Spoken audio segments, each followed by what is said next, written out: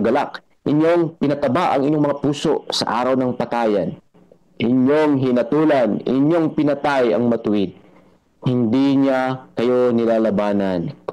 Mangagtiis nga kayo, mga kapatid, hanggang sa pagparito ng Panginoon.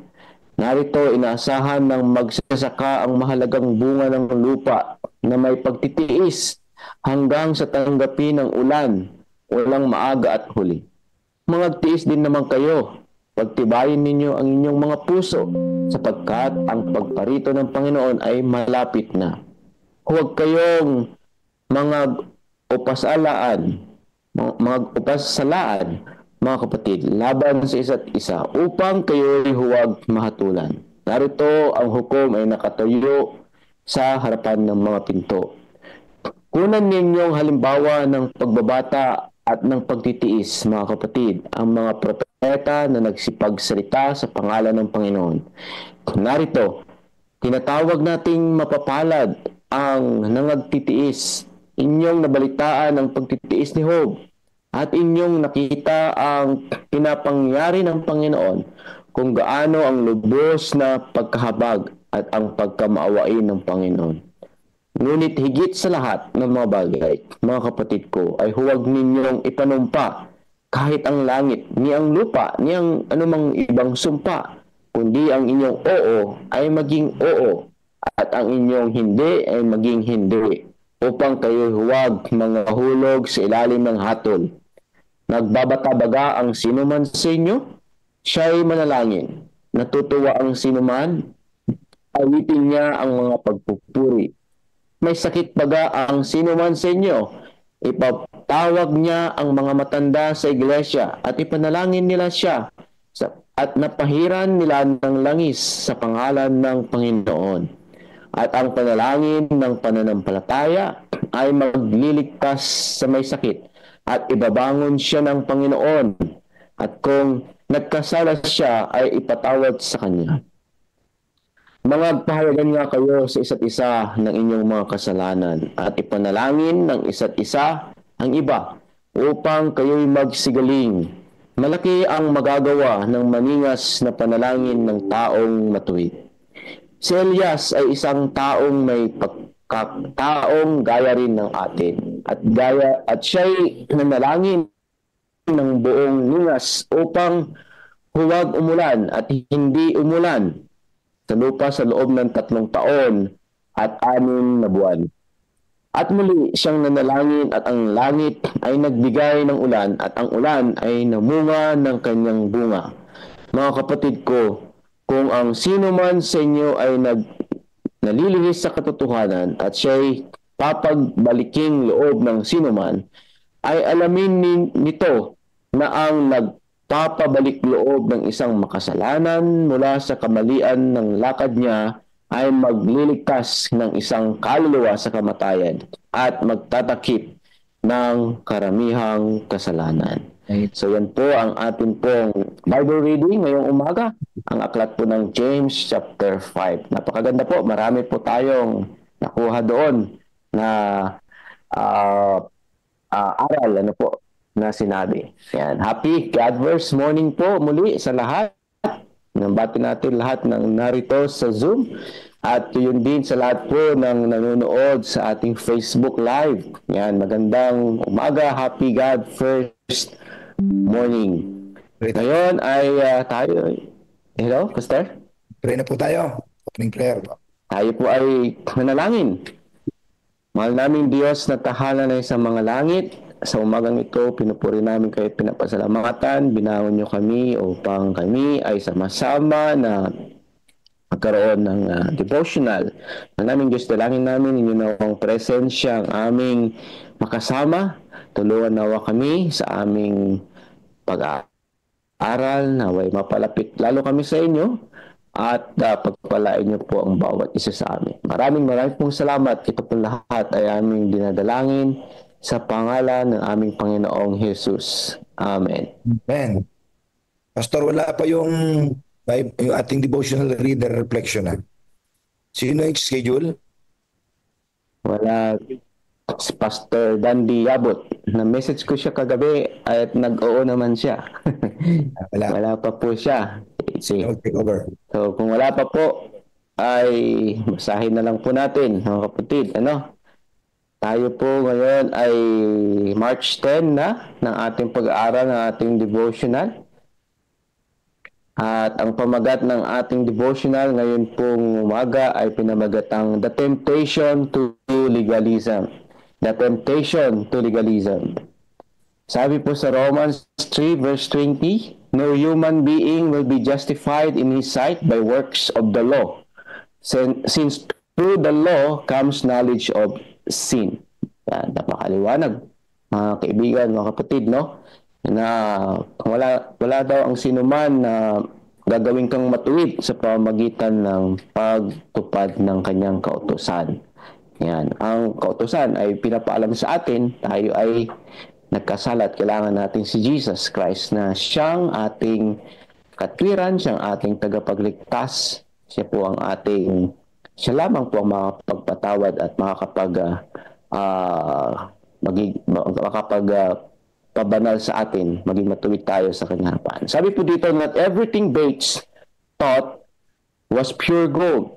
While no one can have the slightest doubt about his devotion to the seventh-day Sabbath from 1846 to the end of his life, his understanding of the Sabbath in relation to the plan of salvation is much less clear. Dito, sinasabi po, mga kapatid, no? Si Bates na discover niya yung Sabbath, pero meron din siyang flaws sa kanya pong paniniwala. Tingnan at times the good captain comes across as extremely legalistic.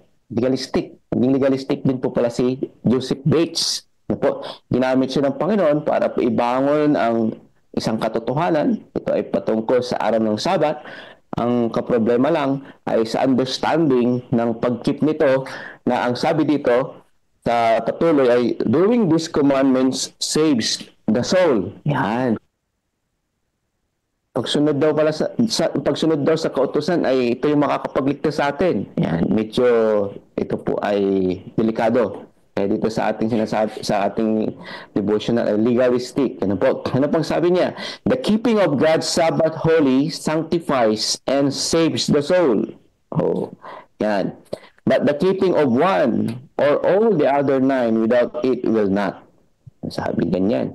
So parang nasobrahan ang emphasis sa Sabat, na parang yung Sabat ng tagapagligtas, mga kapatid, no? Na parang napapansin din natin ito sa ibang mga mga kapatiran sa online, ay panay ang sa kautusan, na kapag hindi ka susunod, hindi ka maliligtas. We must keep the whole law if we would be saved. God's children are to be saved if at all by doing or keeping the commandments. Yan yung mga kinote sa kanya na mga lagi niya sigurong sinasabi, o kaya mga nasa panunulat ni Bates. While Bates could make gospel-sounding statements, there is no doubt that he was entangled in a legalism that ran through the course of his life. One of his favorite texts, his legalistic approach to the Sabbath, is the account of the rich young ruler in Matthew 19. Repeatedly, Bates goes back to that story to make his point. The young man came and said to him, "Good master, what good thing shall I do that I may have eternal life?" Jesus answered, "If thou wilt enter into life, keep the commandments." Bates interpreted that teaching to mean that the only way to enter life was to keep the commandments. Furthermore, he added, if Jesus did not mean what he said, then he deceived the lawyer. Yan, ito yung sabi dito, ito yung lagi niyang pambato, lagi niyang ginagamit na mga na verse, para sabihin na ang pagsunod ay makakapagligtas sa atin, mga kapatid, Dahil meron nga namang sinabi si Jesus, problema na misinterpret, na ang pagsunod na tuloy ang tagapagligtas at hindi ang ating Panginoong Jesus. 20 years after expressing those thoughts, Bates was still on the same track. Mahaba, no? 20 years, more than 20 years. Si Bates ay, yun pala ang kanyang paniniwala, yun ang kanyang pananaw, no? Kaya siya yung natagurian na legalistic, mga kapatid. Bates was still on the same track with the rich young ruler, concluding that if you really desire to have eternal life when Jesus comes, be sure that you keep all the 10 commandments of God. Hanggang ano po, nasabi niya na siguraduhin niyo na sundin ang kautusan. Parang sabi, maging perfect ka. Maging perfect ka. At kung hindi ka perfect, hindi ka makakapasok sa kaharian ng Diyos. Sadly enough, in the 1888 era, Uriah Smith and G.I. Butler were still employing Matthew 19 in the same manner. Yan, hindi lang pala si Bates, no? Pati si Uriah Smith at saka si Butler. In fact, I recall published Bible studies still using that text as a proof for commandment keeping during the 1960s.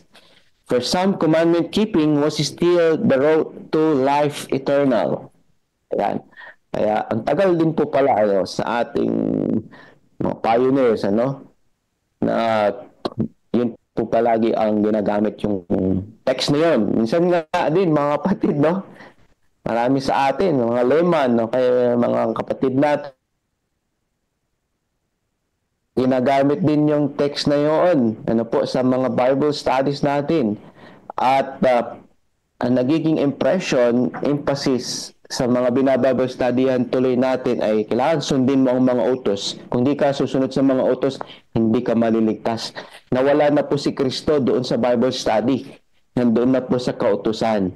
At ang nangyayari, na-feel nila tuloy na mga binabible studyan natin, kinokondena ko sila. At sila po ay hindi sila karapat-dapat. Ayan. At hindi nila nakikita si Kristo na siya ang ating pinakakailangan upang maligtas. At bilang maligtas, saka po tayo makapag-keep ng commandments. Kaya po mga kapatid, mag-ingat tayo.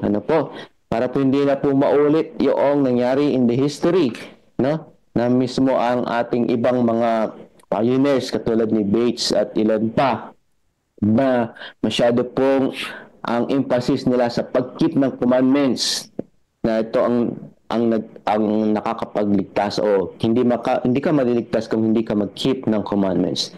Anong sabi pa? That is exactly the point that Paul was attacking in today's text, Romans 3 verse 20. It is unfortunate that sincere believers can use good Bible texts in bad ways. Sabi dito, mga believers daw ay gumagamit ng Bible text pero doon sa maling paraan. Yan. So mga kapatid ay paalala sa atin, napakaganda po itong devotional natin para po tayo ay maituwid kung tayo ay nasa ganito pong pananaw o espiritu ng pagiging legalistic. At hindi lang po yan, marami pa po. Minsan sa ating church ay nagiging katitisuran na sa mga kapatid dahil tinitignan natin sila mula ulo hanggang paa. Ano ang itsura nila, ano ang suot nila, paano sila magsalita, mag-behave, at piling tuloy ng mga tao, mga newly baptized, mga Bible enthusiasts, mga backslider na nagbabalik loob pa lang, feeling nila ay hindi na sila mahal ng Diyos o hindi worthy.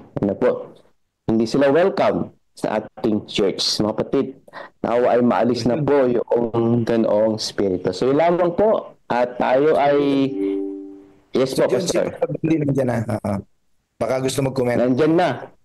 Sige po, Pastor, kasi sinabi na ni Pastor Jerry na wala pa po kayo. Okay, bigyan natin ng panahon kay Pastor Dandy. Devotional, nabasa ko na.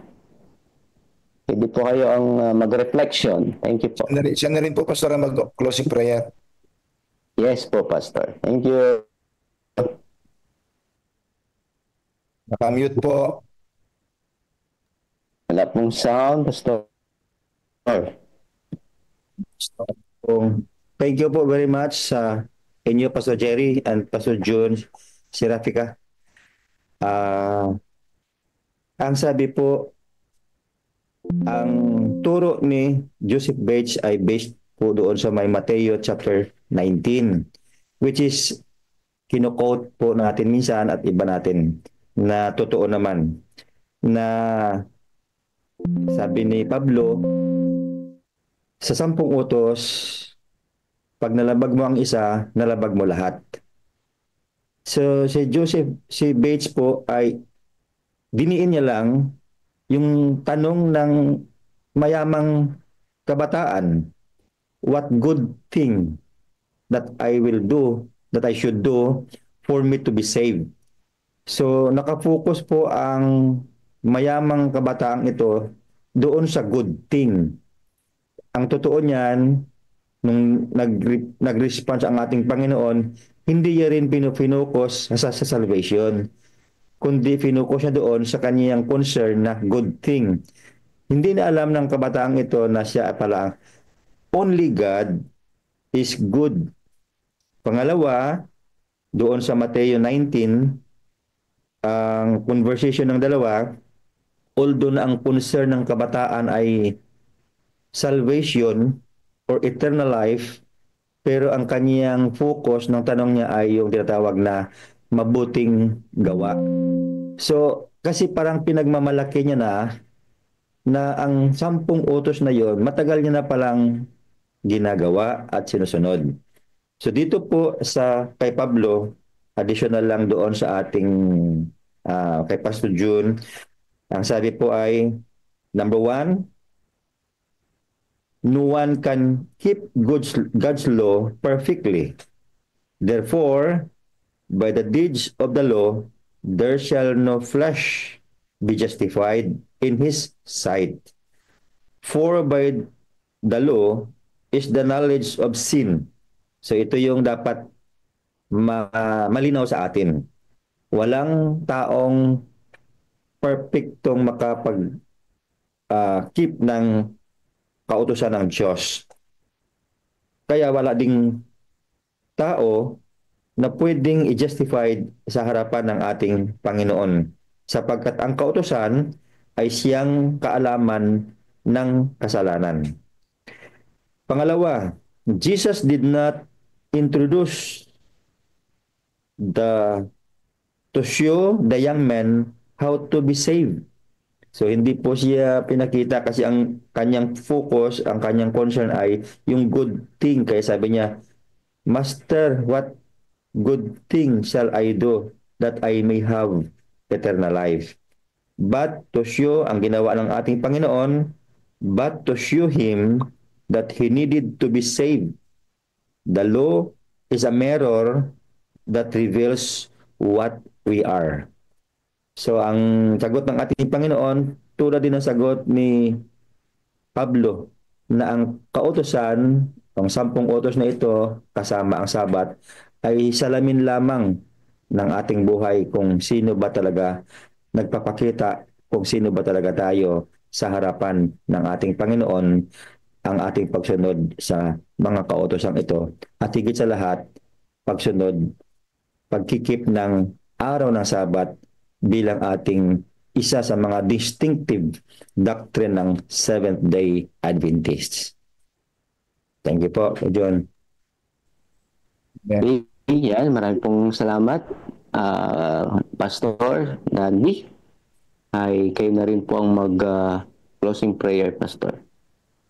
Okay, tayo po'y manalangin. Mahal na Diyos, sa umagang ito, taglay namin ang kalakasan.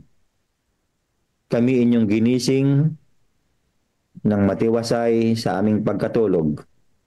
At amin pong iniisip ngayong umaga, Ama, na kayo ang nag-ingat ng aming mga buhay. Kayo din ang gumising sa amin at sa tulong ng banal na Espiritu, mabigyan nawa namin kayo ng kapurihan at kaluwalhatian ang inyong banal na pangalan. Tulad po ng inyong lingkod noon na si Joseph Bates, marami po mga katanungan, kasabihan na amin pong napag-aralan ngayon. Nawari baga minsan ay naging practice din namin ngayon. Turuan niyo po pa po kami ng mga bagay na dapat naming gawin, mga bagay na dapat pa naming sundin na ayon lamang sa inyong banal na kalooban at ayon lamang sa turo ng banal na kasulatan.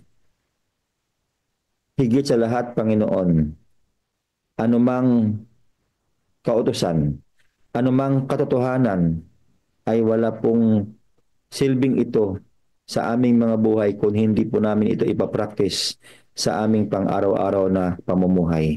Sa tulong at biyaya ng banal na Espiritu, kami nawa, Panginoon, ay maging masunurin sa kabanalan upang magdulot ito sa amin ng righteousness na ang kabanalang na kay Kristo ay mapasa amin, hindi sa pagsunod ng mga kautusan, kundi ito ay susundin namin sapagkat naging banal kami sa harapan ninyo at dahil kayo ay mahal namin kayo at patuloy kaming inaakay sa kabanalan. Panginoon, mangibabaw sana sa aming mga puso ang inyong pag-ibig, ang inyong pagmamahal, na ang aming pagsunod na ito ay magdudulot ng kaligtasan sa aming mga buhay.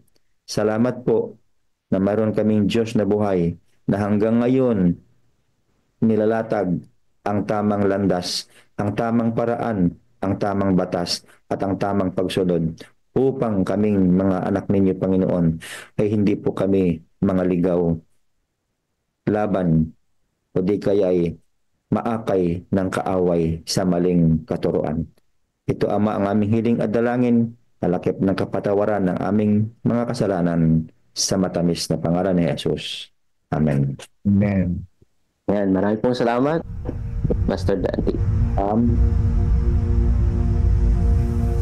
After Jesus returned to heaven, his disciples remained with the awesome task of taking the gospel to the whole world. Filled with the Holy Spirit, these men and women proclaimed the message they had received with boldness and power, reaching out to all corners of the then known world. But it was not without great opposition, first from the Jews, then from the Roman state. Many Christians were faithful to the point of death, suffering torture and humiliation from cheering onlookers at the Circus Maximus and Colosseum in Rome and throughout the empire. However, the blood of the martyrs only paved the way for the further spread of the gospel. After years of persecution by the Roman emperors, one of them, Constantine, professed conversion to Christianity in 312 AD. Now Christianity became popular, but it resulted in many pagan practices and symbols entering the church, particularly in Rome. The Bishop of Rome assumed more and more power and authority and began to oppose and oppress all who recognized Jesus alone as the head of the church and who accepted the Bible alone as the supreme authority.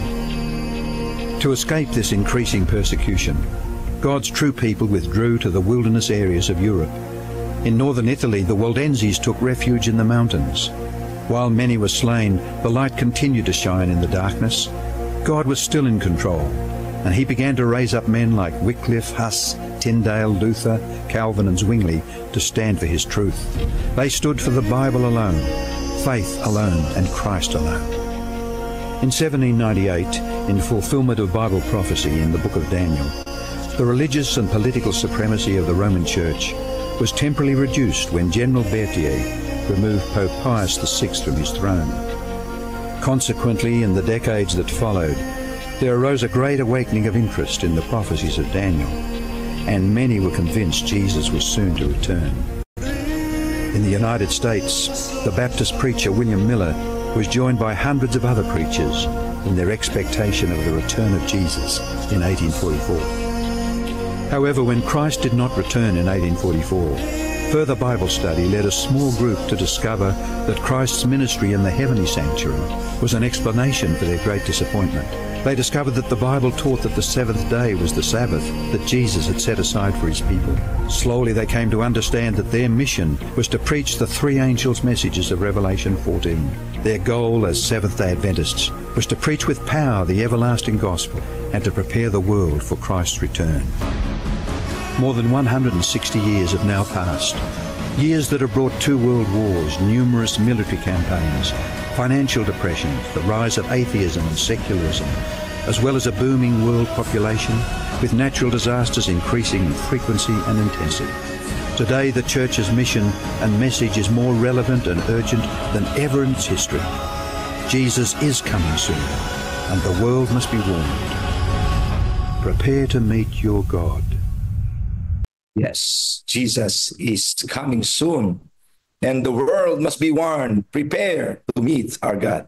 Praise the Lord. Yan, rin po ang Panginoong Diyos sa ating napanood. Ngayon po tayo ay darako na sa atin pong reflection na yung sa napag-aralan po natin kahapon. Pwede nyo pong i-chat. Pwede rin po kayong magsalita po dito sa ating pong Zoom.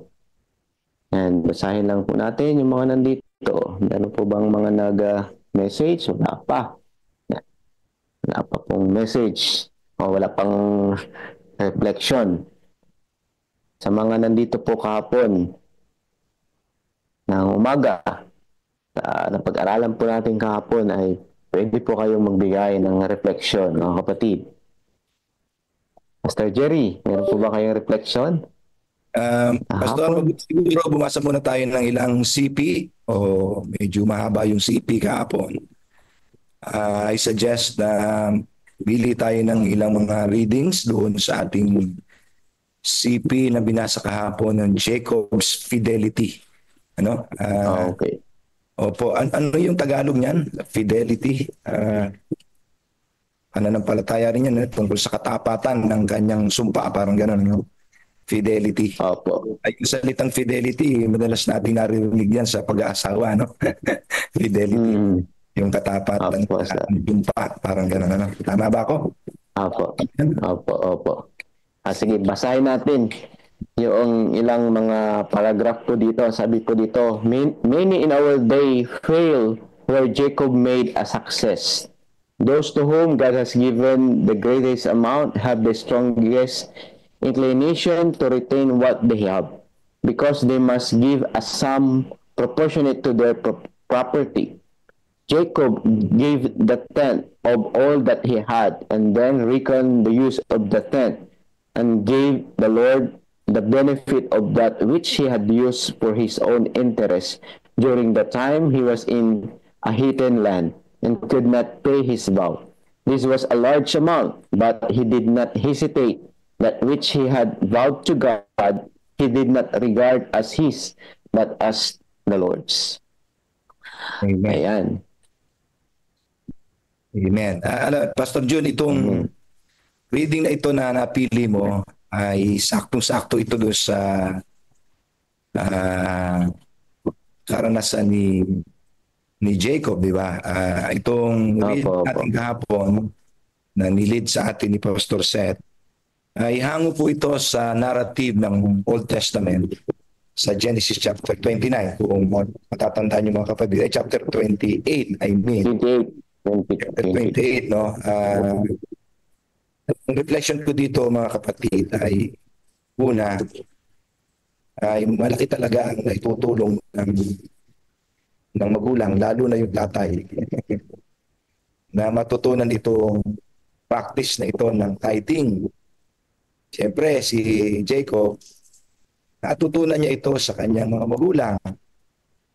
Pero sa kanya, hindi pa niya personal na naiintindihan kasi ang sinabi niya doon sa text, nung ipangako niya, nung i-covenant niya, i-promise niya, ay parang hindi pa niya lubos na personal na kilala ang Diyos. No? If you will read mga kapatid, ito po yung experience ng pagpapahayag ng ating Panginoong Yesus sa Kanya. Hindi pa nagkakatawang tao ang ating Panginoon. ay nagpakita sa kanya ang ating Panginoon doon sa Bethel, di ba? The dream at Bethel. Ito nga po mga kapatid, ay nagkaroon ng comfort si Jacob sapagkat siya po ay nagtatago sa kanyang kapatid. At iningatan nga po siya ng Panginoon. Mapapansin dito, nung masihan siya sa nakita niyang panaginip at nagkaroon siya ng conversion experience sa ating Panginoon.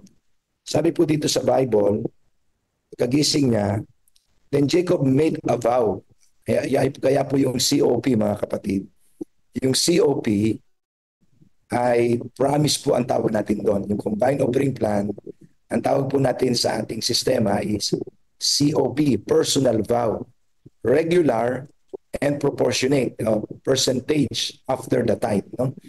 Tapos natin tanggalin yung tithe, ay susunod naman po yung proportionate or percentage of our income also. So from the whole blessing. No? And then he made a vow.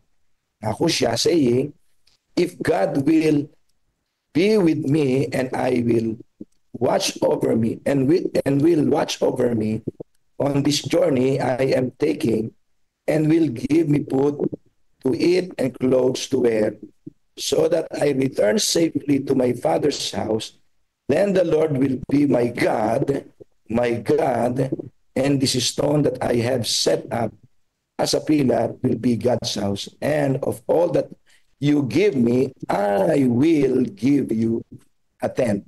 So hindi pa talaga mga kapatid, dalawa pong implication nito. May mga nagsasabi na si Jacob daw ay hindi pa nagtatay talaga dito, no mga kapatid. Nag-practice na po yan ang kanyang mga magulang noon pa. Pero hindi lang po niya lubos na nararanasan yung personal conversion. And then, nagtatay na po sila, kapatid. Si Abraham po ang, naalala niyo po si Abraham, nag-tithe po siya kay Melchizedek. And then, natutunan po yun nung na. And then, sabi po nila, wala namang record na si Jacob ay nag-tithe after nito. Given na yun mga kapatid. Yung sinabi po ni Jacob na, then sabi niya gano'n, if the Lord will bless me, sabi niya gano'n, watch over me and bless me all this journey and He will bring me safe to my father's house. Ibibigay niya yun.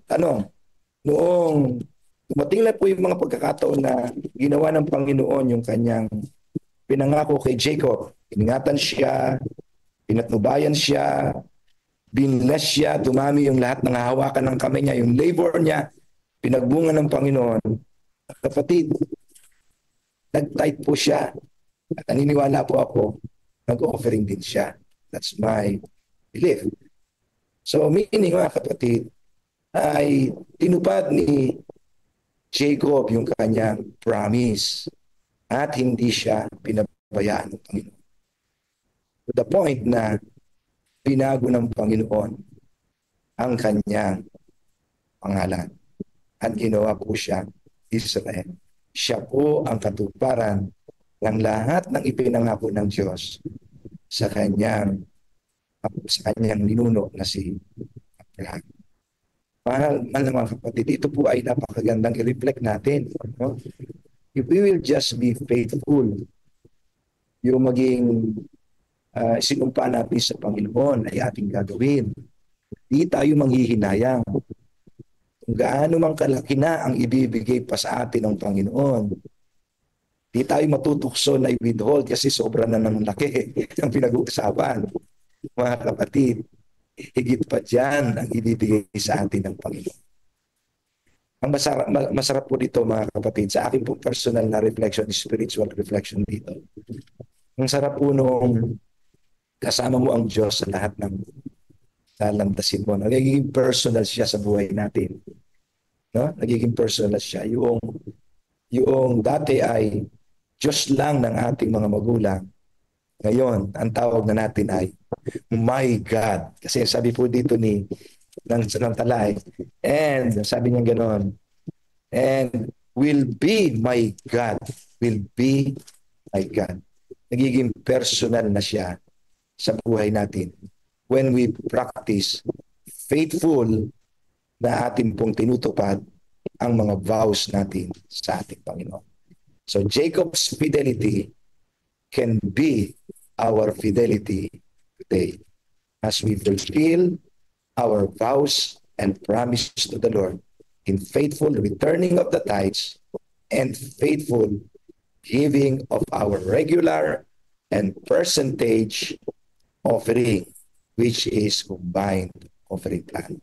God bless you po. Put God first and you will never be last. Yan, marami pong salamat, Pastor Jerry, sa reflection. Rin po ang Panginoong Diyos, pinaalalahanan tayo na tayo magtapat sa ating sinumpaan. Nais ko pong basahin ang mga reflection dito sa comment box. Ano po? Sabi po ni Pastor Seth, ang kanyang reflection, katapatan sa ating pangako sa Diyos. Ang kwento ni Jacob ay isang paalala na ang tunay na katapatan sa Diyos ay hindi nasusukat sa emosyon ng sandali, kundi sa patuloy na pagsunod sa Kanya. Kahit sa gitna ng pagsubok o kasaganaan, madali tayong mangako sa Panginoon kapag tayo'y nangangailangan, ngunit tunay na pagsamba ang patuloy na pagtupad sa ating panata kahit natanggap natin ang ating hinihiling. Sa ating buhay, naway matulad tayo kay Jacob, hindi nagdadalawang isip sa ibinigay ng Diyos, ang nararapat sa Kanya. Sapagkat alam natin siya ang may-ari ng lahat ng ating tinatangkilik. Ang ating pag-iikapo at mga handog ay hindi lamang isang obligasyon, kundi isang pagpapahayag ng ating tiwala, pagpapasalamat at pananampalataya sa Diyos na kailanman ay hindi nagkukulang. Yan, maraming pong salamat, Pastor Seth. Ano po, sinasabi sa atin na yung ating sinumpan, di ba, pag tayo may kailangan, tapos sabi natin, Panginoon, kapag pinagpala mo ako itong business ko, babalik ko, ganito, ganyan. So nawa ay huwag tayo makalimot pag tayo pinagpala na, ang ating pangako sa Diyos. Tinupad na niya yung pangako niya sa atin, yung pangako rin naman natin, yung kasunduan natin ay rin natin, ito pa rin natin. Sabi pa po ni sa FB natin, Dila Test, it is not the ring of time we labor, but our willingness and fidelity in the work that makes it acceptable to God. In all our service, a full surrender of self is demanded. Yan. Sabi yan sa writings din Mrs. White. Yan. Tinote lang po ni Sister Tess. Yan. Maraming pong salamat sa inyo pong mga reflection, mga kapatid. Napakaganda po ng ating napag-aralan kahapon. Tunay po na pag tayo ay nanumpa sa Panginoon, nangako, nakipag-usap, ay ito pa rin natin, ito pa rin po natin. Tulad ni Jacob, sabi sa atin, siya ang magandang halimbawa sa atin, mga kapatid, na siya ay nangako sa Diyos at tinupad niya. Sabi nga, malaki ang inambag niya sa treasury, sa church, sa temple, siya ay mayaman pero malaki ang kanya pong talaga pong nagbalik siya. Sabi pa po ni Pastor Jerry, if God bless us with prosperity, it is not that our time and attention should be diverted from Him and given to that He has lent us. The giver is greater than the gift. Yan, quoted sa Ellen G. White Counsels on Stewardship, page 20.4. Yan. Napakaganda po, kapatid, no? Huwag nawa tayong malihis doon sa katotohanan na ang Diyos ang nagbigay, balik natin sa Kanya. Minsan nga po kasi talaga ay pagka malaki na, ay kayo ay nanghihinayang na ibalik kasi malaki, mga kapatid. Hindi natin naisip na binigay ng Diyos yun, no? Regalo sa iyo. Yan, nagtapat ang Diyos sa iyo. Kaya magtapat din po tayo sa Kanya. Yan, meron pa po bang gustong magkaroon ng reflection?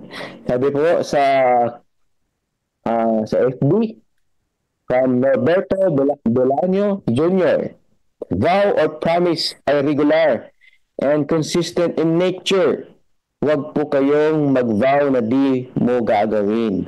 Marami na tayong blessing before we can give. Di tayo nag-promise in order to be blessed. But remember, pinagpala na tayo noon panang-una sa pamamagitan ng kaligtasan na kanyang ipinagkaloob. Yan. Napakaganda po, no? Tama po, no?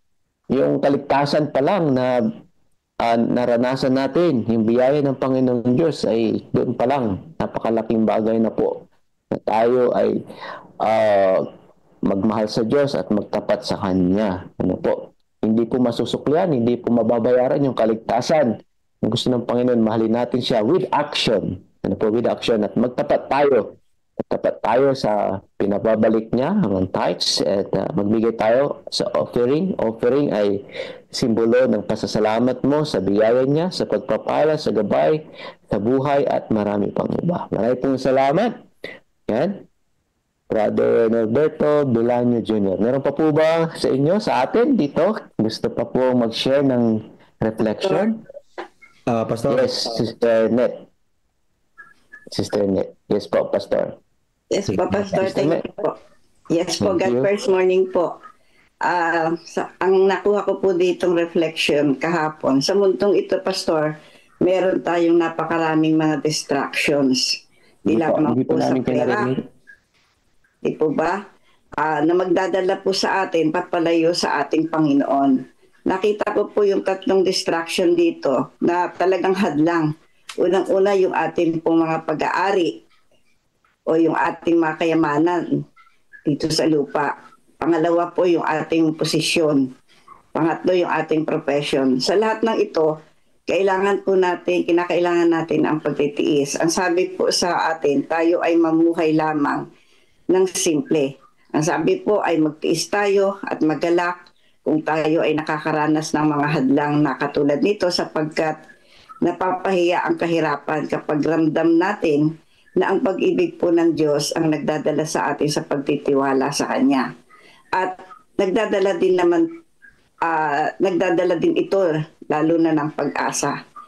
Pag-asa na kailangan po nating magtiis, takuhin natin ang mga sagabal na ito, magkaroon lamang tayo ng lubos na pagtitiwala sa isang Diyos na nagmamay-ari ng lahat ng mga kayamanan dito sa lupa.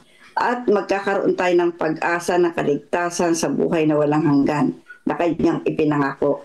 Kaya ating matutunan dito kung paano natin gagamitin ang prinsipyo ng pagbabalik at pagbibigay ng tithes and offerings. Tamang proseso at tamang pagsunod po ang lagi nating unahin.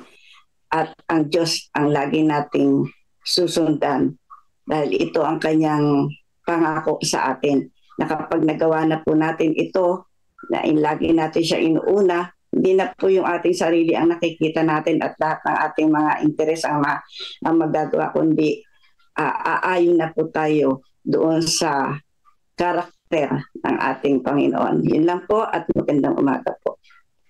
Okay, maraming pong salamat, Sister Net. Pastor Jerry, meron po kayong gustong sabihin? Okay, may sabi po dito sa chat natin. Sabi po ni Ryan Anda, kung tayo ay nangako sa Diyos, halimbawa sa panahon ng panalangin o pagsubok, dapat natin itong tutuin ng buong katapatan. Ang ating mga pangako ay hindi dapat turing bilang pangkaraniwan lamang. Halimbawa, kung nangako tayo ng mas seryosong paglilingkod o pagbibigay, gawin natin ito ng walang pag-alinlangan. Paglilingkod o pagbibigay, gawin natin ito ng walang pag-alinlangan. Salamat po, Brother Ryan Anda, sa inyo pong refleksyon. Ngayon, kung wala na pong gustong magbigay ng refleksyon, si Brother Melvin Bilasano, bigyan natin ang panahon. Sige po.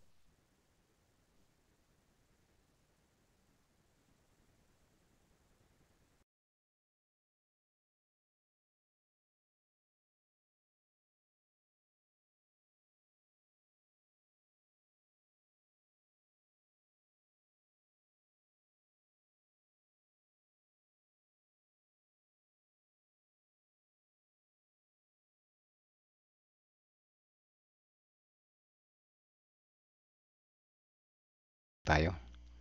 Pero pagka maliit pa, naibabalik na natin, ano? Naibabalik natin kung maliit pa. Pero mga kapatid, sabi sa Bible, ang pagkakatiwalaan sa maliit, mapagkakatiwalaan din naman sa malaki, no? So, halimbawa, sa maliit na pagkatiwalaan tayo, pero pag malaki na, hindi na. Baka naman ibalik ng Panginoon sa maliit yan, eh. Manghinayang na naman tayo. Sana dapat nagtapat na lang ako ng malaki na yung kinikita ko, no? So, ganun mga kapatid, ano? Tandaan natin na ang sabi dito sa atin ay ang katapatan dapat natin sa pangako, dapat nating tuparin, ano? Ay, importante yung pangako. Kasi pag hindi natin tinupad yung pangako natin, para tayong scammer, mga kapatid, ano? Wala tayong pinagkaiba sa iba na mga scammer.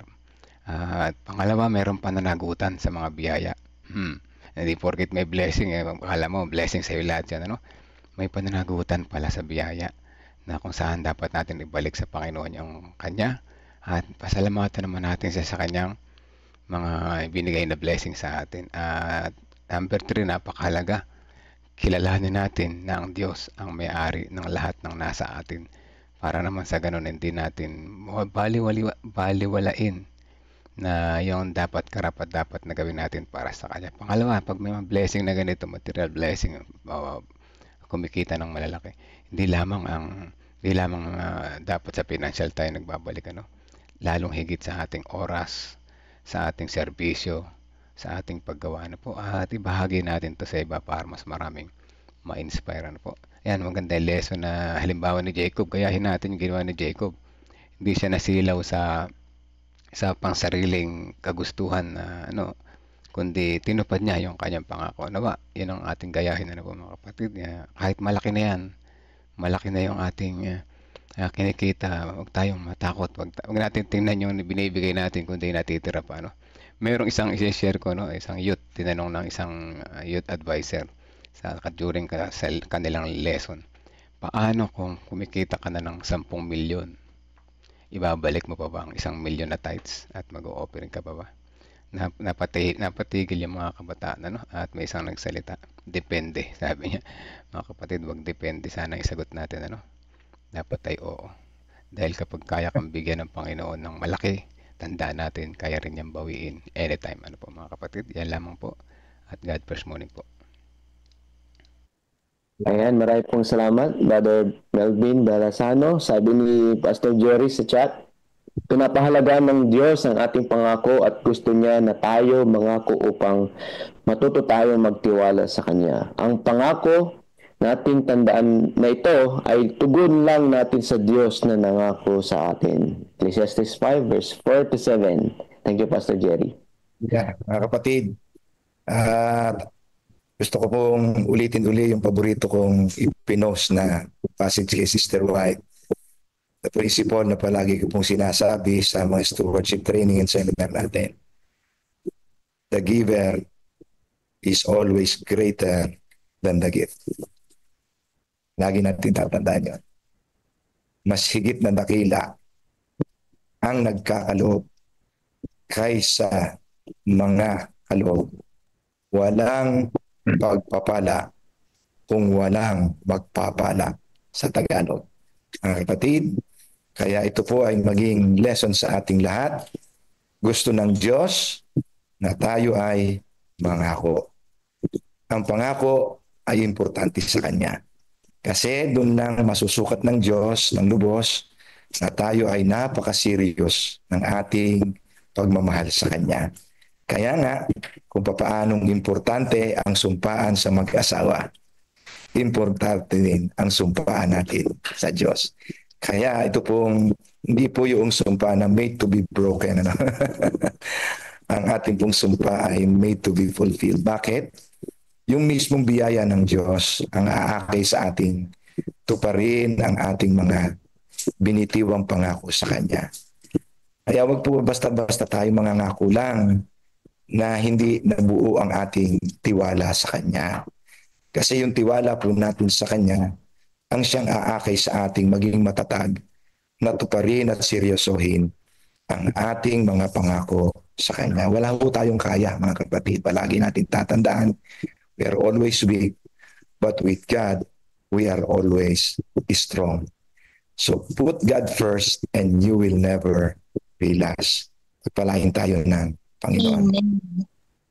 Amen. Purihin po Panginoong Diyos. Maraming pong salamat, Pastor Jerry. Maraming pa pong chat dito from Facebook. Sabi po ni Sister Clarta Esguera, sa tao pag nangako ka at hindi mo tinupad, tatawagin kang sinungaling. Ngayon din sa Panginoon, nagiging sinungaling tayo, kaya imbis na pagpapala, sumpa, kaya maging tapat po tayo sa pangako. Yan. Salamat Amen. po. Amen. Sabi pa po dito ni Sister Revelyn Ronas Padilla, ang katapatan ay kung ano ang ating pangako, ay dapat nating tuparing lalo tayong pagpapalain. Yan. Salamat po. Amen. Pastor, palagay ko'y panahon na para mapakinggan natin ang isa pang ulat Yes po. ng Missional Church Sige po. natin. Si Pastor Junel Atang. Sige. Nandiyan ba si Pastor Nelson? Ay, Para nakita ko si Pastor. Share na lang. Pastor, share ko po. Okay po.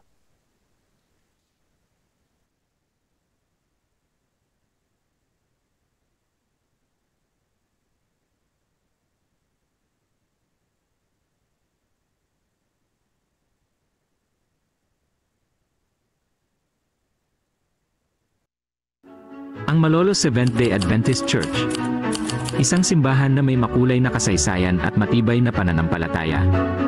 Mula sa simpleng simula, ito'y naging tahanan ng daan-daang mananampalataya sa Bulacan.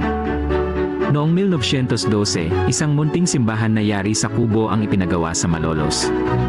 Sa gitna ng hamon ng panahon, ipinakita ng mga unang mananampalataya ang kanilang dedikasyon. Noong Enero 1914, ginanap ang dedikasyon ng kauna-unahang pisikal na simbahan ng Iglesia ng Adventista del Sétimo Día sa Pilipinas. Ito rin ay dinaluhan ng unang nabautismuhang miyembro sa Pilipinas, isang napakahalagang tagpo sa ating kasaysayan. Habang lumilipas ang mga taon, kinailangang ipaayos ang simbahan, na naging mas malaki at yari na sa kahoy. Kinilala sa pamamagitan ng simbolong yari sa bato na nagmula sa North Philippine Union Mission ang simbahan ng Malolos. Ang parangal na ito ay tinanggap ng unang henerasyon ng mga pioneers ng iglesia. Habang dumarami ang mga miyembro nito, muling pinalawak at pinalakas ang estruktura ng simbahan gamit ang semento. Naging mas matatag ang simbahan hindi lamang sa anyo, kundi lalo na sa espiritu ng pagkakaisa ng mga mananampalataya.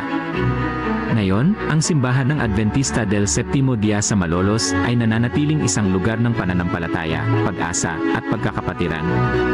Ang bawat miyembro patuloy na lumalapit sa Diyos at nagtutulungan upang maitaguyod ang pananampalataya. Sa paglipas ng panahon, maraming pagbabago ang pinagdaanan ng ating simbahan. Ang mga lumang gusali, na minsang ginamit bilang silid-aralan o tahanan ng mga guro at pastor, ay kinailangang gibain upang bigyang daan ang mga bagong pasilidad at mas maayos na espasyo para sa paaralan at paradahan. Ngunit sa kabila ng mga pagbabagong ito, nanatili ang simbahan bilang sentro ng pagsamba at pagpupuri sa Panginoon. Ang ating simbahan ay isang lugar kung saan ang mga bata ay natuturuang kilalanin si Jesus sa pamamagitan ng Christian education at natututo ng mga kasanayang magagamit nila sa hinaharap habang naglilingkod at sumasamba sa Panginoon. Ito ay lugar kung saan ang mga pamilya ay sama-samang nagpupuri, naglilingkod at sumasamba sa Diyos. Ang bawat gawain ay naglalayong magdala ng liwanag at pag-asa sa iba. Ang mga miyembro ay sama-samang naglilingkod, nagbibigay ng oras, talento, at yaman upang masigurong ang pagmamahal ni Kristo ay maramdaman ng bawat isa. Kung saan ang mga miyembro, bagamat hindi lahat magkakadugo, ay nagiging tunay na magkakapatid sa pananampalataya. Isang lugar na bukas para sa lahat, anumang estado, edad, lahi, kasarian, o antas sa lipunan. Ito rin ay naging instrumento ng serbisyo sa komunidad mula sa pamamahagi ng babasahin at pagkain, medical missions, vacation Bible school, hanggang sa pagbibigay ng mga simpleng regalo. Ang mensahe ng Ebanghelyo ay patuloy na naipapakalat sa pamamagitan ng masipag na paglilingkod ng mga miyembro. Bukod dito, ang simbahan ay nagbigay din ng inspirasyon sa mga kabataan na maging aktibo sa misyon. Ang kanilang enerhiya at sigla ay nagdadala ng bagong buhay sa mga programa tulad ng pagsasagawa ng mga outreach at iba't ibang aktibidad na nagpapalalim ng pananampalataya at nagdudulot ng pagkakaisa. Ang Malolos Seventh-day Adventist Church ay binubuo ng 8 care group. Bawat care group ay isang ministry na maglilingkod sa loob at labas ng iglesia, higit sa lahat sa komunidad. Upang maging missional at intentional ang gawain ng iglesia, hinayaan naming ang mga kapatiran ang pumuli ng kanilang mga care group na sasalihan ayon sa kanilang mga kaloob at talento. Ito ang mga sumusunod na care group ng iglesia ng Malolos. Una, care group para maglingkod sa may mga disability. Sunod, care group na maglilingkod para sa mga senior citizen sa komunidad at care group na ang gawain ay dumalaw, awitan at idalangin ang mga tao na may pinagdadaanan sa kanilang buhay. Meron ding care group na ang paglilingkod ay para sa mga bilanggo at care group naman ng ang gawain ay i-reclaim ang mga nawawalang mga kapatid. Sinundan ito ng care group na ang kakayahan ay dalhin ang medical na paglilingkod at kalusugan sa komunidad. Meron ding care group para abutin ang mga parents and single parents sa komunidad at ang huli ay care group na ang gawain at mission ay ihanda mga lugar sa Malolos para sa church planting activities ng church. Ito ang mga care group na binuo upang ang iglesia ay intentional at missional church. Stewardship Data Report. Ang iglesia ng Malolos ay may kabuang 371 na aktibong miyembro, 29 dito ay mga bata, 103 naman ang kabataan at ang adult ay 250 at merong 8 care groups. Pagdating naman sa giving units ang Malolos as of January to February report ay may 162 na total giving units, 3 dito ay nag-CCOP ng 10% pataas, 25 din ang nag-CCOP sa 10% at 48 naman sa mababa sa 10%. At sa non-systematic naman ay nasa 86. Sa Liberality Index naman as of January and February ay mas mataas ng double kumpara sa parehong buwan ng nakaraang taon. Ito ay sa dahilang marami na ang gumagamit ng envelope at nagpa-practice ng COP. Ang iglesia ay umaasa na itong trend na ito ay tataas pa sa pamamagitan ng promotions at church compliance na gagawin din sa quarter na ito. Ang goal ay mapataas ang spiritualidad ng mga kaanib, mapataas ang giving units ng church at ang nagko-combine offering plan 10% or more. Narito naman ang missional budget ng church na kung saan ay pinupunduhan ng combined offering plan.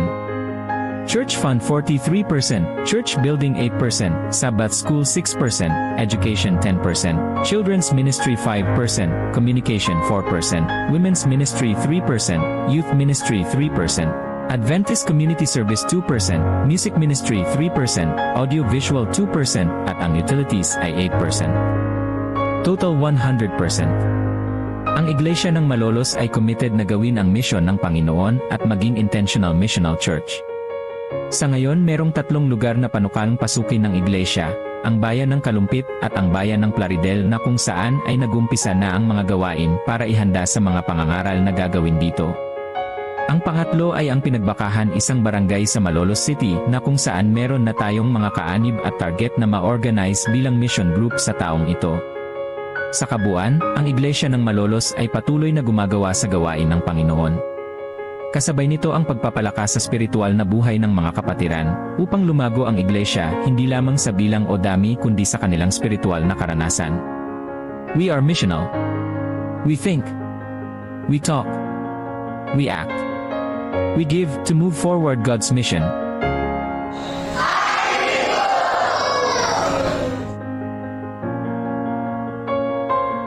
Amen.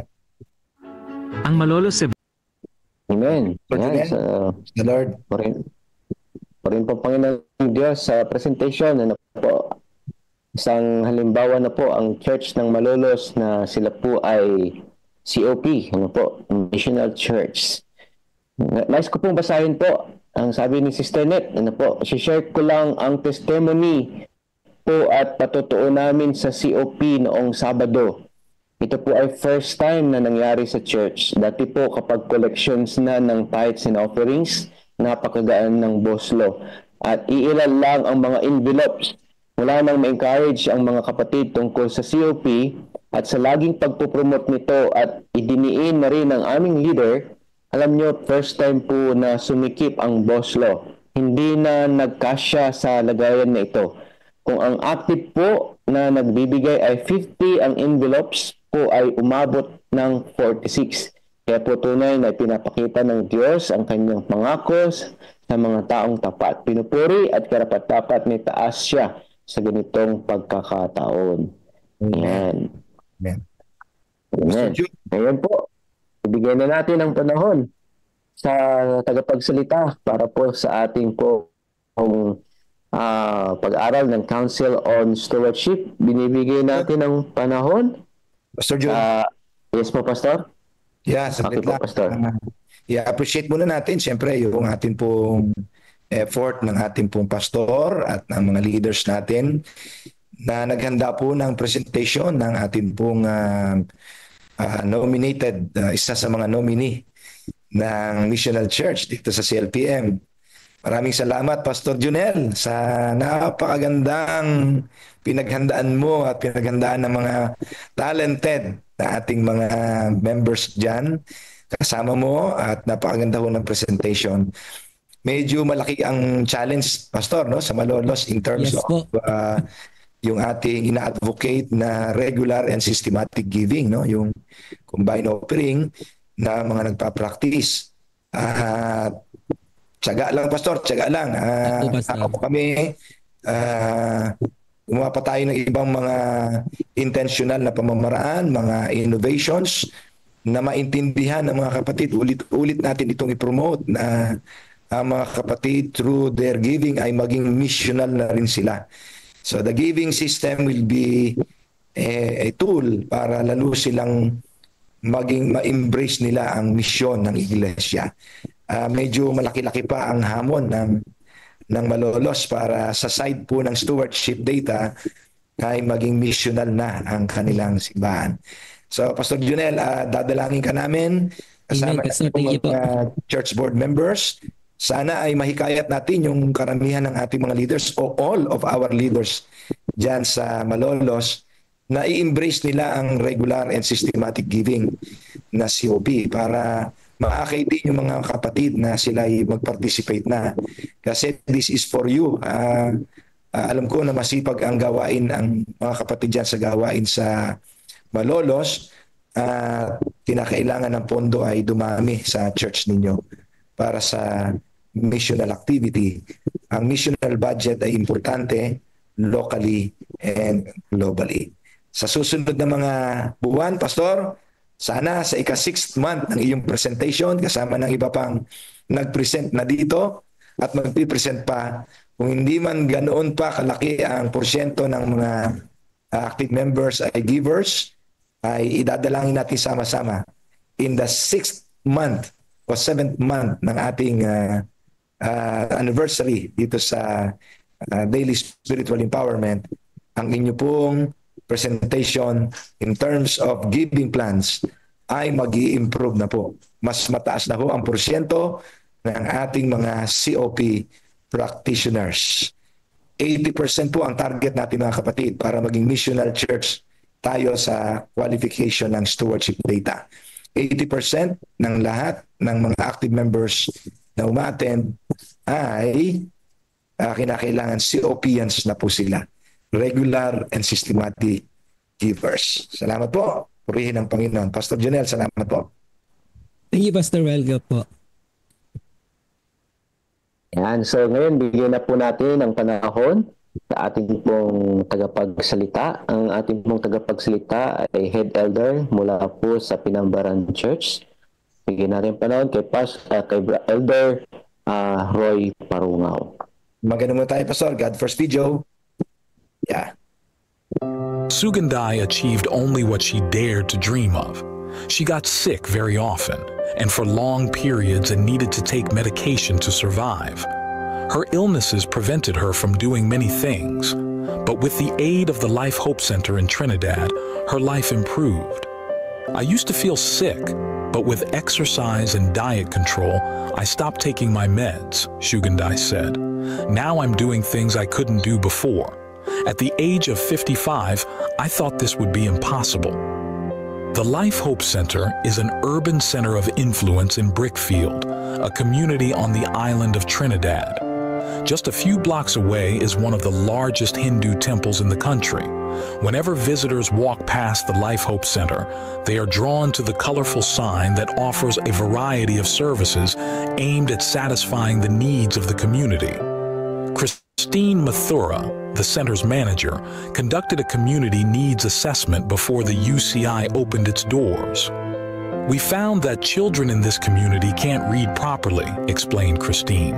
So we enroll not only the children but also the parents so that the children will come with them. The Life Hope Center began offering math and literacy classes for children ages 6 to 15 and a preschool program for younger children. For adults, UCI offers fitness and healthy living classes that teach the community how to prevent disease and improve quality of life. The Life Hope Center's holistic approach has led many people to receive academic and physical training and find hope in Jesus. Employees regularly receive requests for spiritual counseling, Bible classes, and prayer. Thanks to the center, we were able to plant a church, Christine said, and now we have 25 people attending the services. There are dozens of centers of influence like this one all over the world. Pray for these projects so that people can glimpse God's love through friendship and compassion. With your support, we can change lives through the global mission offerings. The 2018 mission offering was sent to Trinidad and helped this center of influence. But today, many more still need resources to advance with the work of the Lord. So, as you return the tithe and promise, may we put our desires last and God first. Amen. Okay. Elder Roy? Yeah.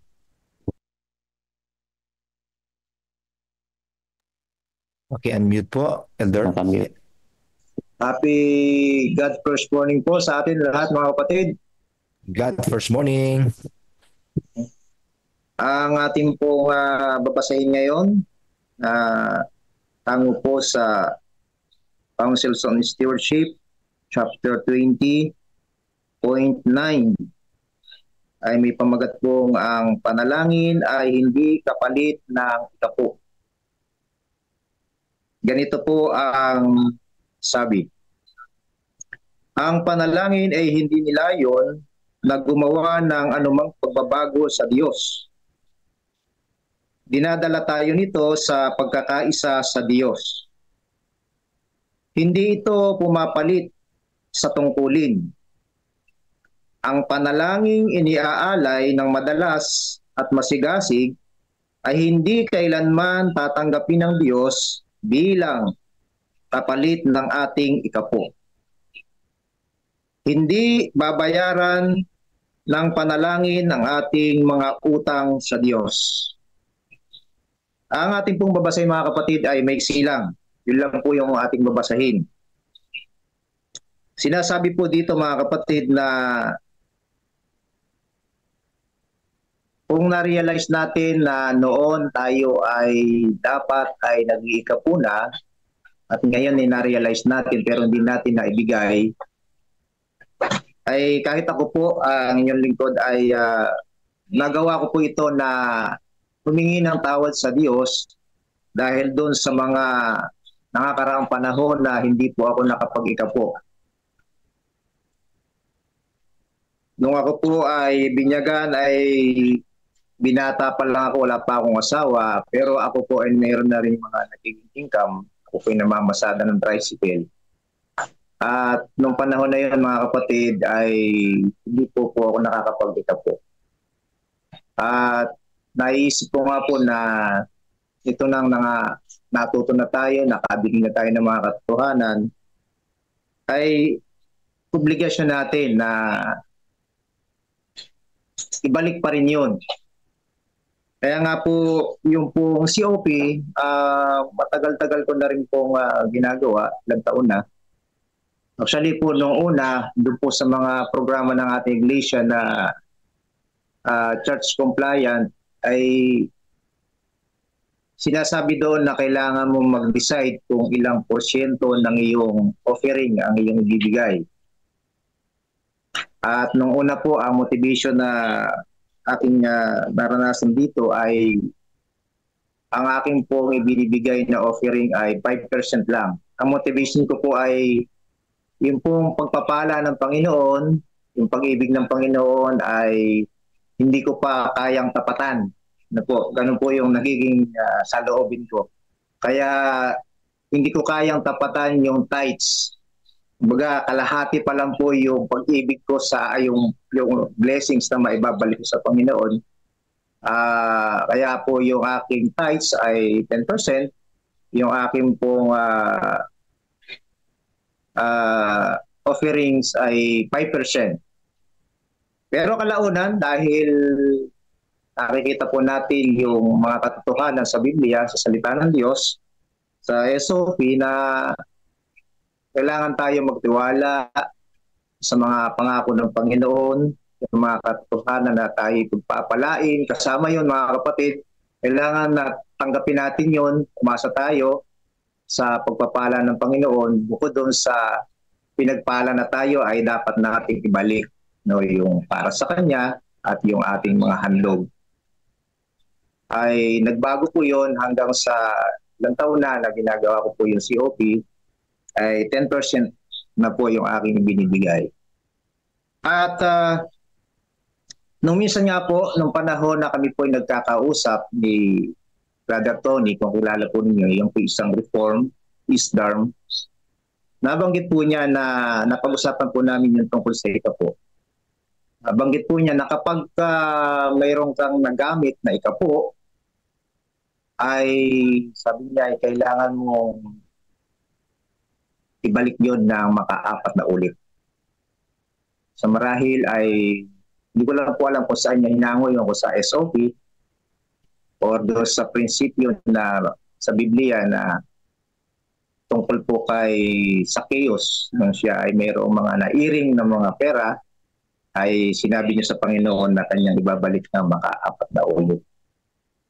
At ako po sa pagkakataon ngayon o ilang panahon na kapag ako po ay nagbabalik ng ikapo at offerings, COP, may time po na aking dinadagdagan yung aking pong ikapo at yung aking offerings sapagkat aking pong iniisip na yun ay bayad doon sa mga hindi ko na ibalik ng ikapo. Unti-unti kapag may mga extra income ay aking pong dinadagdagan yung aking pong ikapo at offerings. So yun lang po yung aking ginagawa mga kapatid. Dagdag pa po rito, meron po sinabi rito na sa buhat sa mensahe sa mga kabataan o messages to the young people, page 248, ganito po ang sabi mga kapatid. Maiksi lang din po, kasigasigan. Ang isang buhay na ginugol sa masiglang paggawa para sa Diyos ay isang buhay na pinagpala. Ang maraming mga tao na nagsasayang ng kanilang panahon sa mga walang kabuluhan, walang saysay na panghihinayang at sa di pinakikinabangang pagdaing ay maaaring magkaroon ng iba't ibang karanasan kung pahalagahan nila ang liwanag na ibinigay ng Diyos sa kanila at papayagan itong sumilang sa iba. At marami ang ginagawang kahabag-habag ang buhay sa pamamagitan ng sarili nilang kasakiman at pag-ibig sa ginhawa. Sa pamamagitan ng masipag na paggawa, ang kanilang mga buhay ay maaaring maging gaya ng maningning na mga sinag ng sikat ng araw na papatnubay doon sa mga nasa madilim na daan ng kamatayan sa loob ng landas patungo sa langit. Kung dito sila magdaraan, ang sarili nilang mga puso ay mapupuspos ng kapayapaan at katuwaan kay Kristo. Yan po ay buhat sa Review and Herald, October 25, 1881.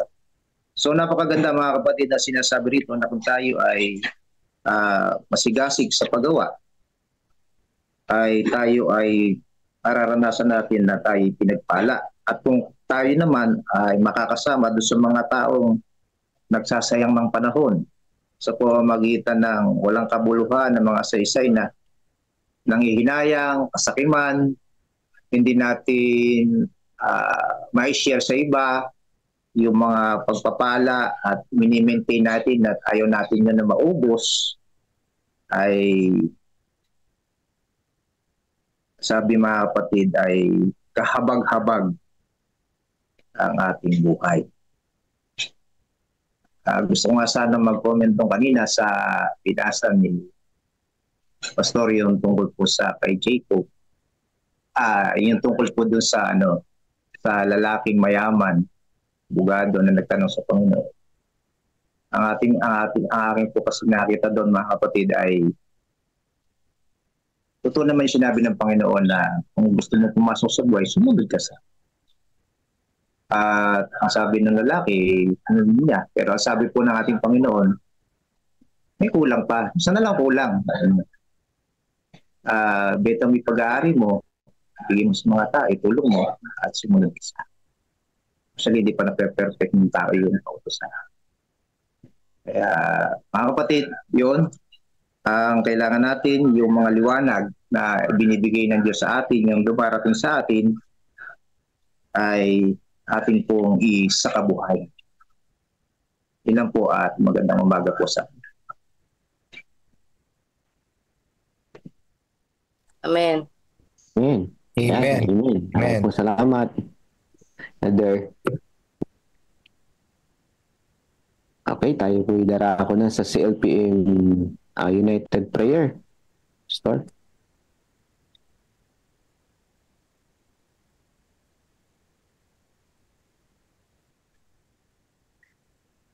Silent prayer muna tayo. Amen mga kapatid, ano po? Magandang lesson sa umaga nito, no? Hindi pwedeng ang panalangin ay kapalit ng pagbibigay ng ikapo. Grabe, no? So, hindi na ako mag-iikapo, mananalangin na lang ako. Parang gano'n, ano? Hindi daw pwede yan, mga kapatid, ano? Ayan, ako, marami dito nakaka-experience ng ganito, no? Pag hindi nakapagbigay ng ikapo, mananalangin, ihingi ng tawad. Medyo nakakalungkot, ano? Nakakalungkot. Sabi sa lesson ay mahalaga ang panalangin, tunay na napakahalaga. Pero hindi ito yung para baguhin natin yung kanyang kalooban. Ang kalooban ng Panginoon ay tayo maging tapat, ano? So, madalas iniisip natin, maunawaan na ng Panginoon yan. So, gusto natin, pagka pala sinabi natin ganun, maunawaan na ng Panginoon yan. Nangangahulugan na gusto natin baguhin yung kalooban ng Diyos. Bay mali, mga kapatid, ano? Panalangin dapat ay nagpapalapit sa atin sa Kanya.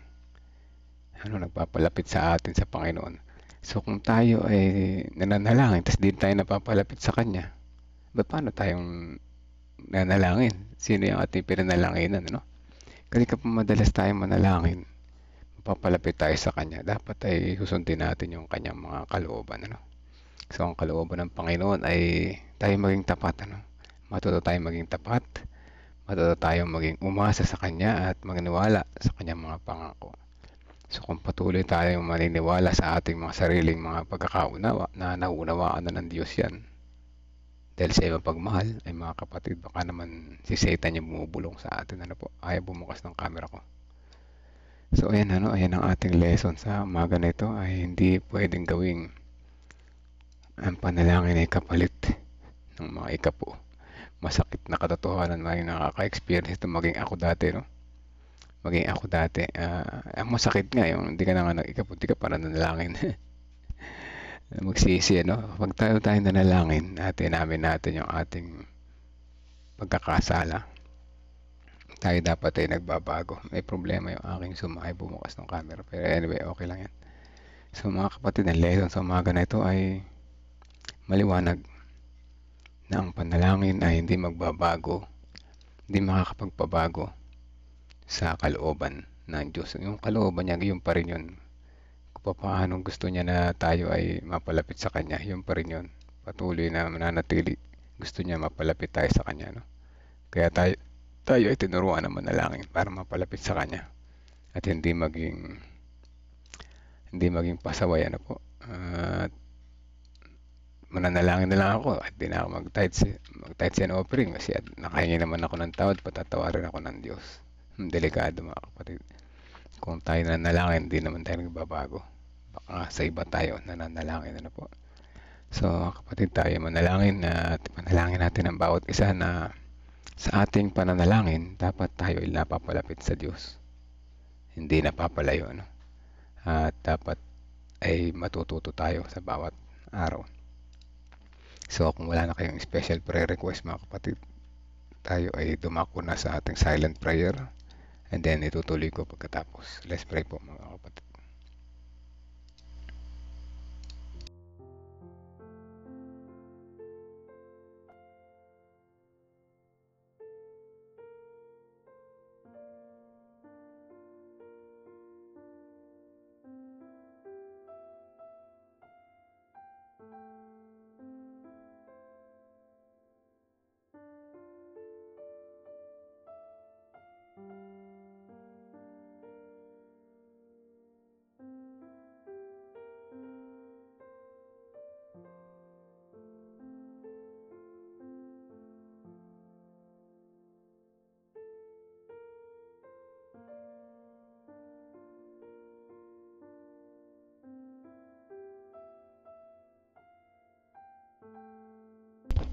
Okay, tayo manalangin.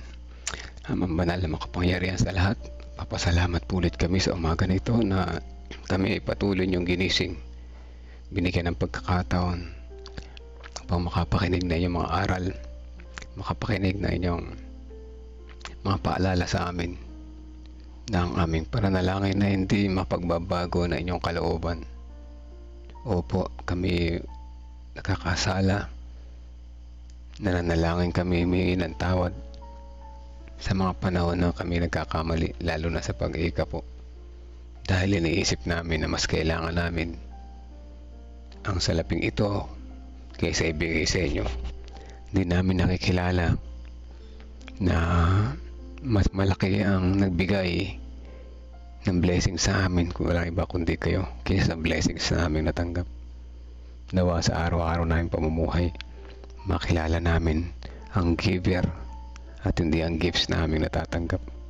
Nang sa ganoon ang aming mga puso ay maging panatag, na ang aming pagtitiwala po sa inyo ay maging lumakas, mas tumibay, at hindi na kami muling magkasala pa sa pamamagitan ng hindi pagbabalik ng aming mga ikapo sa inyo at mga pangakong handog.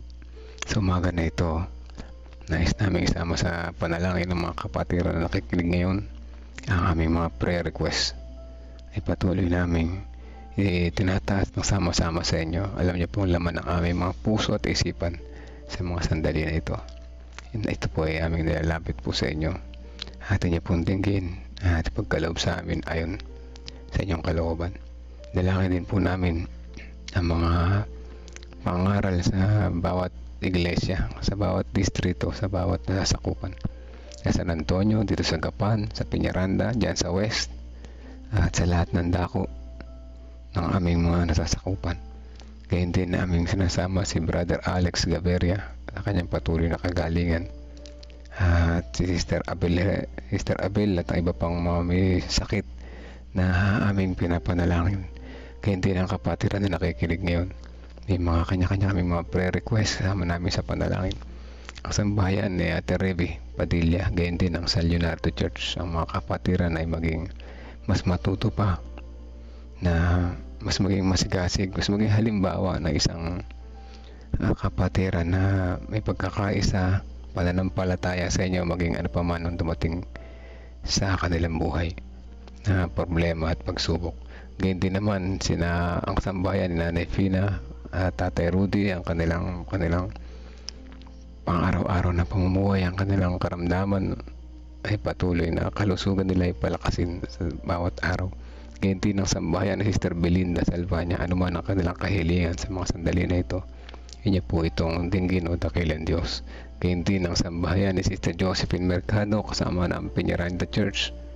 Ang mga nangunguna rito, ang mga kapatiran na kanilang dinadalaw, ang bawat isa ay may handa sa paparating na aming Harvest 2025. Ganyan din ang sambahayan ni Sister Janet Katmaytan kasama na si Brother Jojo, ang kanilang kalusugan, ang kanilang kabuhayan, ang kanilang pananampalataya ay patuloy na maging matatag at maging liwanag sa kanilang iglesia, sa kanilang nasasakupan. Gayon din ang sambayan ni Sister Mildred.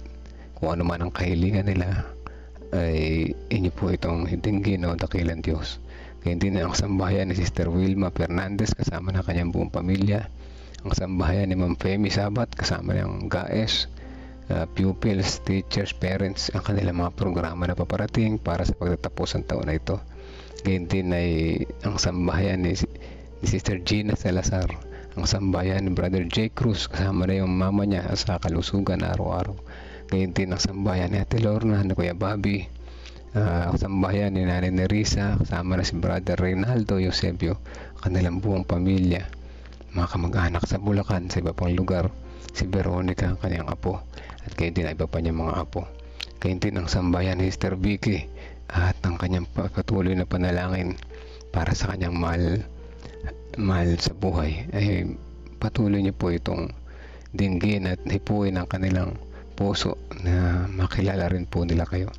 Dalangin din namin ang sambahayan ni na Sister Teresita Daire Teresa, ang kanyang buong pamilya, kanyang mga apo, anak, maging isang halimbawa siya na maganda na kanilang tutularan. Gayon din ang sambahayan ni Sister Helen de la Cruz Malyari, kasama yung kanyang prayers para kay Ma'am Carmen at Doc Partida. Gayon din kay Sister Melba Yenson. Panalangin din namin ang sambahayan ni Sister Nympha Rivera, ang buong kapatiran ng Tabacao Church, lalo na yung mga bagong members dito. Buksan nawa ang kanilang mga isipan na sa pamamagitan ng kanilang pagbabalik ng kanilang mga pangako at handog, sila ay nagiging mga channels of blessings. Alisin ang kanilang mga pagdududa sa isipan, patuloy na baguhin ang kanilang mga puso at isipan sa pananaw na mas mabuti, mas malaki ang giver kaysa sa aming mga ibinibigay o sa inyong ibinibigay sa aming mga pagpapala. Dalangin din po namin ang sambahayan na ni Sister Rose Cris Encarnado, patuloy na kagalingan sa karamdaman sa kanilang pamilya. Gayon din ang sambahayan ni Sister Rosel Hernandez kasama si Brother Ramon sa kanyang patuloy na pagpapagaling sa kanyang paningin, manumbalik nawa ito.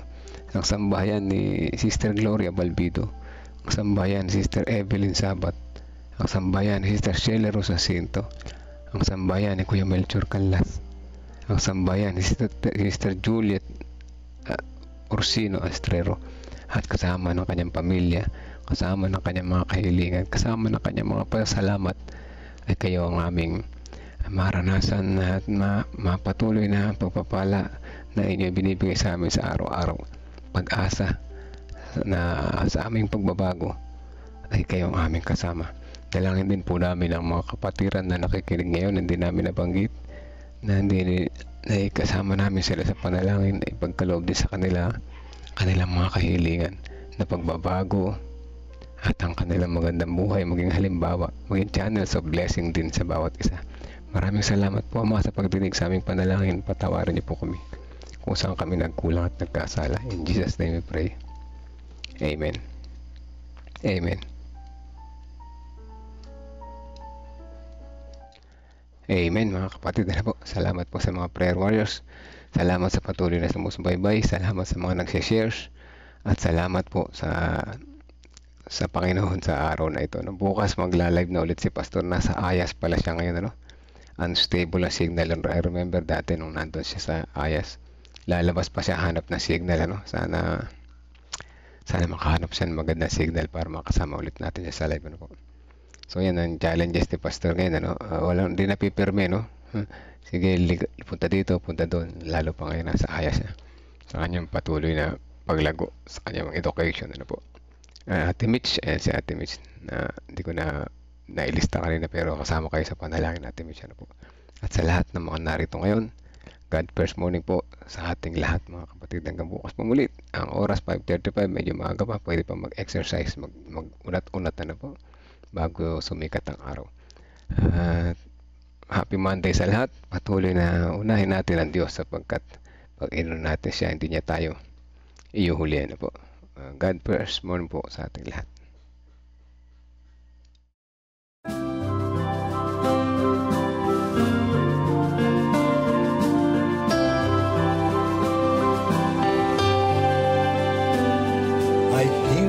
voice of Jesus calling, my answer is, I will go. I see the need of people crying, my answer is, I will go. I go to share the message of love, I go to share the blessed hope. But if I get discouraged, I call to Jesus